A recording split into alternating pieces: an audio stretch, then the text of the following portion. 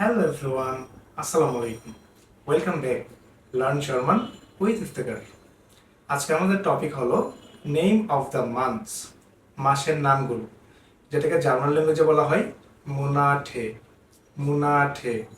So guys, let's get Januar, Januar, January, Februar, Februar, February, März, März, March, April, April, April, Mai, Mai, May, noch einmal, Mai, Mai, May, Juni, Juni, June, Juli, Juli, July.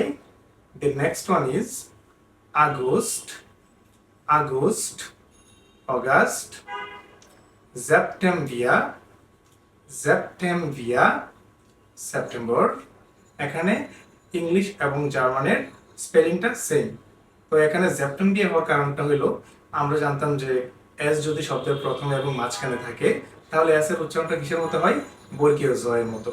তার মানে এখানে এসটা প্রথমে আছে, এজন্য এটার প্রনাউন্সিয়েশনটা কি হলো? September, October, October, October, November, November, November, December, December, December. এখন আমি সিজন বা ঋতু সম্পর্কে কথা বলবো, যেটাকে জার্মান ল্যাঙ্গুয়েজে বলা হয় ইয়ারসাইটেন। বাংলাদেশে যেমন 6 ঋতুর দেশ, ঠিক সেমভাবে জার্মানি হলো 4 ঋতুর দেশ। কিন্তু কথা হলো বাংলাদেশের এখন যে অবস্থা, মনে হচ্ছে বাংলাদেশ হলো দুইটা হলো সিজন।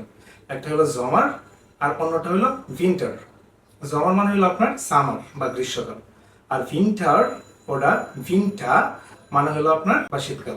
যাই হোক, জার্মানিতে 4টা সিজন রয়েছে, সেগুলো হলো উইন্টার, উইন্টার মানে হলো উইন্টার, ফ্রুলিং, ফ্রুলিং স্প্রিং বা বসন্তকাল, জমা, জমা সামার বা গ্রীষ্মকাল, উন্ড, হেrbst, হেrbst অটাম বা শরৎকাল।